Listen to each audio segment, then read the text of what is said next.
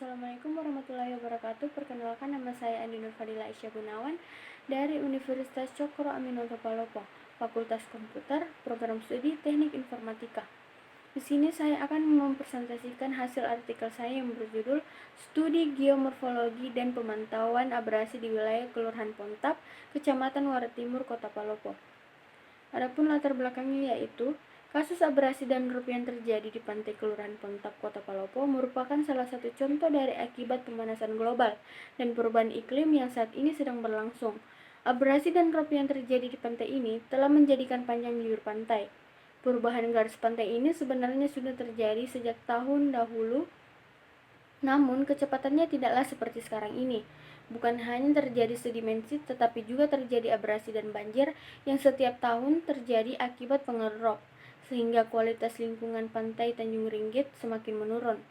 Untuk mencegah degradasi lingkungan pantai ini, diperlukan suatu model pelestarian lingkungan wilayah pesisir yang sesuai dengan kebutuhan dan permasalahan setempat, sebagai upaya mencegah kerusakan wilayah pesisir akibat perubahan iklim. Adapun perumusan masalahnya yaitu permasalahan utama yakni perubahan lingkungan akibat abrasi dan rob adalah merubah perilaku masyarakat yang terkena dampak. Adapun timbul pertanyaan sejauh mana dan apa saja perubahan perilaku masyarakat di kawasan Kelurahan Pontap, Kota Palopo, karena perubahannya menurun kesejahteraan akibat sering munculnya rob dan hilangnya sebagian kawasan pertambakan. Maksud dan tujuan penelitian untuk memaparkan bagaimana perubahan lingkungan akibat perubahan iklim lingkungan yang berdampak terjadinya abrasi dan rob kawasan Kelurahan Pontap, Kota Palopo.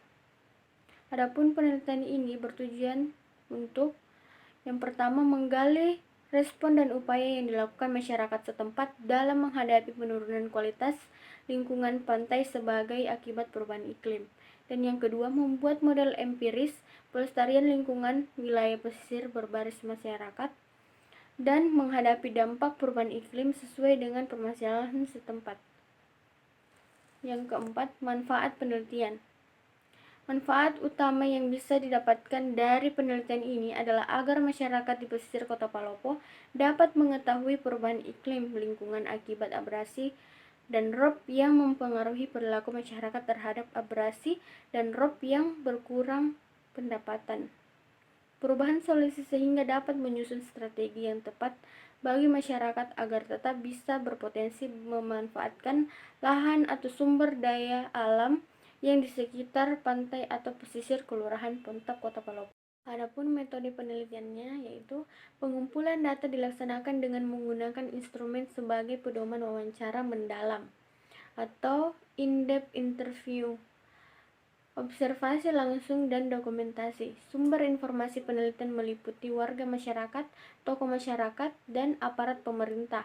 Apabila masih dianggap kurang, maka teknik triangulasi dilaksanakan dalam pengumpulan data ini. Bentuk instrumen penelitian adalah interview dan daftar dokumentasi. Untuk menjaring data aspirasi masyarakat digunakan metode focus group atau discussion. Adapun pemilihan lokasi penelitian berada di pantai Tanjung Ringgit, Kelurahan Pontap, Kota Palopo. Pengambilan lokasi penelitian dengan pertimbangan bahwa daerah tersebut sedang mengalami proses degradasi lingkungan akibat perubahan iklim. Yang selanjutnya, metode pengumpulan data.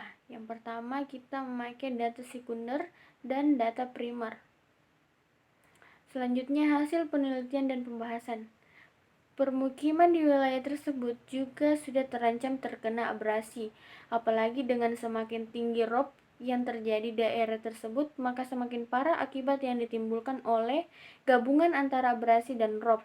Keterangan yang diberikan pemilik rumah masyarakat bahwa peristiwa ini terjadi akibat terkikisnya garis pantai yang terjadi selama sekitar 10 tahun terakhir ini. Semula mereka membangun rumah dengan jarak dari garis pantai sekitar 500 meter, namun saat ini posisinya sudah berada di garis pantai, sehingga akses untuk menuju ke rumah dibuat jembatan darurat dari bahan kayu.